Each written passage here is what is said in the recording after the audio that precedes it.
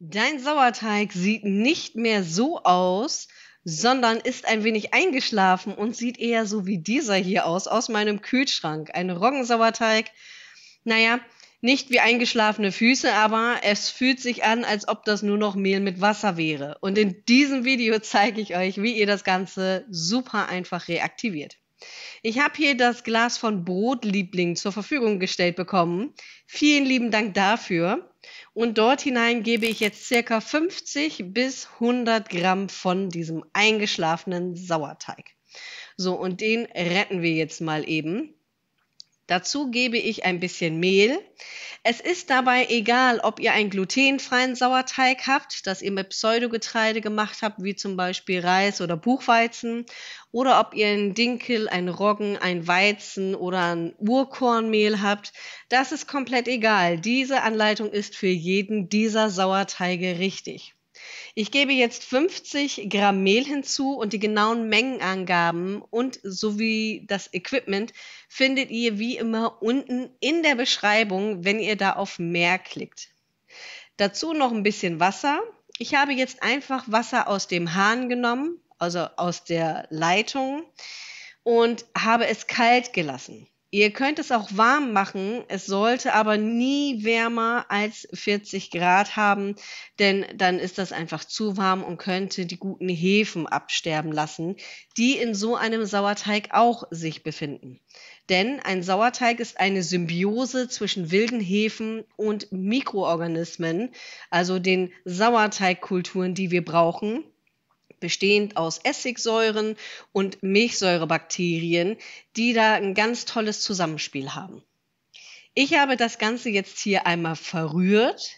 Wenn ihr noch mehr eingeschlafenen Sauerteig habt, könnt ihr das natürlich entsprechend potenzieren.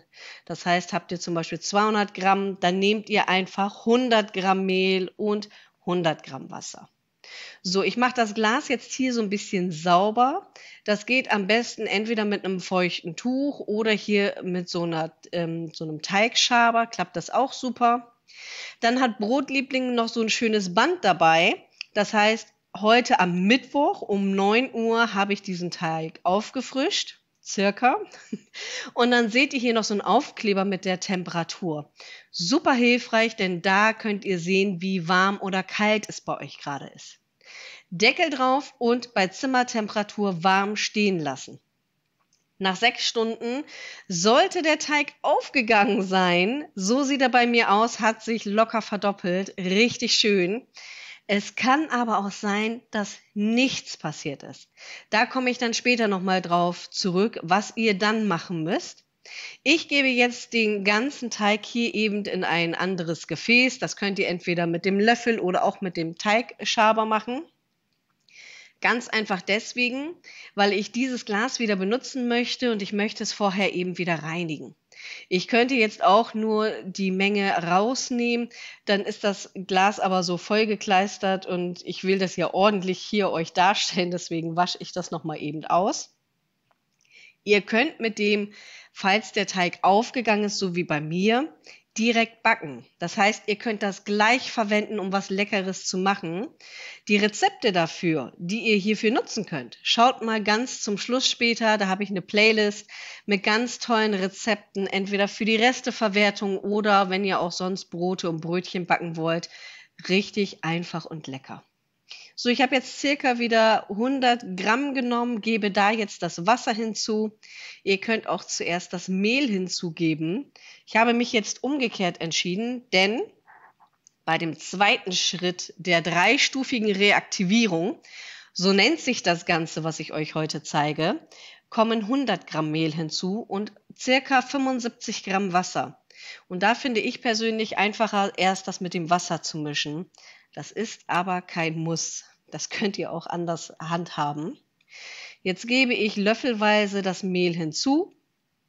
Ihr könnt es auch zum Beispiel so machen, dass ihr das Ganze in der Küchenmaschine oder mit dem Handrührgerät eben in einer Schüssel zusammen vermengt und erst dann es in das Glas gebt, wo ihr dann beobachten könnt, wie sich der Teig dann verhält, ob er aufgeht oder nicht. Das könnt ihr auch so handhaben. Ich zeige euch das jetzt anhand des Brotlieblingsglases, weil ich das tatsächlich sehr schön finde. Ihr könnt nämlich die Temperatur sehen. Ihr habt durch das Band diesen Marker, wo ihr erkennen könnt, geht der Teig auf oder nicht. Und dann die Skalierung dabei. Selbstverständlich könnt ihr auch ein altes Gurkenglas nehmen, was sauber ist, und dann ein Gummiband oder ein anderes Band darum machen. Das geht selbstverständlich auf. Aber ich finde tatsächlich, je mehr man zu Hause backt und je mehr man sich mit Sauerteigen, mit Hefewasser, mit Brot, Brötchen, Baguettes beschäftigt, desto besser möchte man das haben und auch so einfacher. Und da finde ich tatsächlich dieses Glas wirklich optimal dafür. Es war jetzt eine ganze Zeit lang ausverkauft. Umso erfreuter bin ich, dass es wieder zur Verfügung steht. Und dann dachte ich, kann ich euch auch zeigen, wie einfach ihr hier diesen Teig wieder reaktivieren könnt. So, und jetzt seht ihr, nachdem ich 75 Gramm Wasser und 100 Gramm Mehl hier dazugegeben habe, das ist ganz schön fest. Wenn ihr Vollkornmehl wie ich verwendet, dann gebt einfach noch mal ein bisschen mehr Wasser hinzu. Die genauen Mengenangaben, wie gesagt, findet ihr unten. Ich habe das hier beim zweiten Schritt mit 75 bis 100 Gramm. Einfach deswegen, wenn ihr mit Vollkornmehl arbeitet, kann es sein, dass ihr einfach ein bisschen mehr braucht. Warum nehme ich Vollkornmehl? Ganz einfach. Ihr könnt ja jedes Mehl verwenden, was ihr möchtet. Das ist wirklich dem Sauerteig egal. Es ist aber so, dass Vollkornmehle gefühlt besser funktionieren, wenn es um den Sauerteig geht. Er hat viel mehr Mineralstoffe und Vitamine jetzt nicht, aber tatsächlich mehr Inhaltsstoffe für den Sauerteig, um einfach ein bisschen besser zu werden. Das ist jetzt meine Erfahrung. Es geht aber auch tatsächlich mit hellem Mehl. Das haben wir ja bei dem italienischen Sauerteig. Der besteht ja meist auf Weizenmehl aus hellem und das funktioniert genauso. So, wenn das jetzt schön sauber gemacht ist, gebe ich hier wieder das Band herum. Es ist wieder Mittwoch, aber 15 Uhr, also 6 Stunden später, aufgefrischt, Deckel drauf und 6 Stunden später sieht das Ganze so aus. Wahnsinn! Könnt ihr euch noch an die Mehlpampe von vorhin erinnern? Ich blende euch das gleich mal ein. Das ist ein riesiger Unterschied. Also das hätte ich nicht gedacht. Guckt mal, fast bis zum Deckel aufgegangen. Richtig schön. Also ich habe jetzt wieder Möglichkeiten, schöne Brote und Brötchen zu backen. Macht das Band erstmal an. Guckt euch mal diese Blasenentwicklung an. Wahnsinn! Auch hier fülle ich das Ganze erstmal ab und schaut euch mal das Volumen des jetzigen Roggensauerteigs an. Hier links, so sah der ursprünglich aus. Könnt ihr diesen Unterschied erkennen? Wahnsinn, wirklich klasse. Jetzt kann es ja aber auch sein, dass ihr einmal und dann auch das zweite Mal diese Auffrischung jetzt gemacht habt, also dass ihr auch bei Stufe 2 seid, beziehungsweise jetzt kommen wir zur Stufe 3 und sich nichts getan hat. Er geht nicht auf oder wirklich nur ganz marginal, wirklich ganz wenig. Was macht ihr dann? In dem Fall macht ihr trotzdem genauso weiter. Hier die Reste, super für das nächste Brot. Wie gesagt, Rezepte nochmal zum Schluss. Das heißt, ihr macht den ersten Schritt, den zweiten Schritt und jetzt hier auch den dritten Schritt, egal ob sich da was tut oder nicht. Ganz stumpf einfach machen. Und wenn dann beim dritten Schritt immer noch nichts passiert ist oder vielleicht auch nur ganz wenig, er sich vielleicht maximal verdoppelt hat, dann macht ihr diese dreistufige Reaktivierung in diesem Video oder von diesem Video einfach erneut. Also wirklich noch mal ein zweites Mal. Und dann werdet ihr spätestens feststellen, dass sich dann wieder euer Teig auf dem Weg der Besserung befindet und er dann schön aufgehen wird.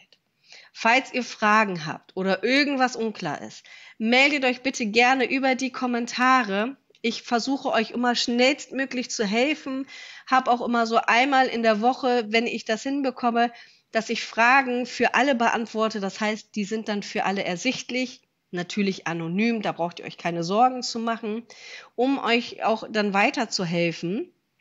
Aber weil ich tatsächlich mit diesen Social-Media-Kanälen und den Drehen der Videos so viel zu tun habe und aber auch noch einen Vollzeitjob mit Familie habe, also einen Vollzeitjob und eine Familie, komme ich da nicht immer so zu, wie ich das möchte. Das bitte ich wirklich zu entschuldigen, aber ich gelobe Besserung und wenn es schnell gehen muss und es wirklich unter den Nägeln brennt, schaut doch mal nach. Ich habe hier bei YouTube eine Mitgliedschaft, die ist monatlich kündbar, kostet wirklich nicht viel, also zwischen 3 bis also noch weiter hochgehend, aber 3 € ist das Mindeste.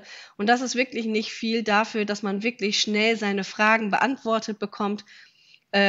Guckt euch das einfach nochmal an. Ich freue mich, wenn wir da auch weiter wachsen. Es sind ganz viele neue dazugekommen und ich versuche jetzt auch immer jeden Monat nochmal 10 Mitgliedschaften zu verschenken.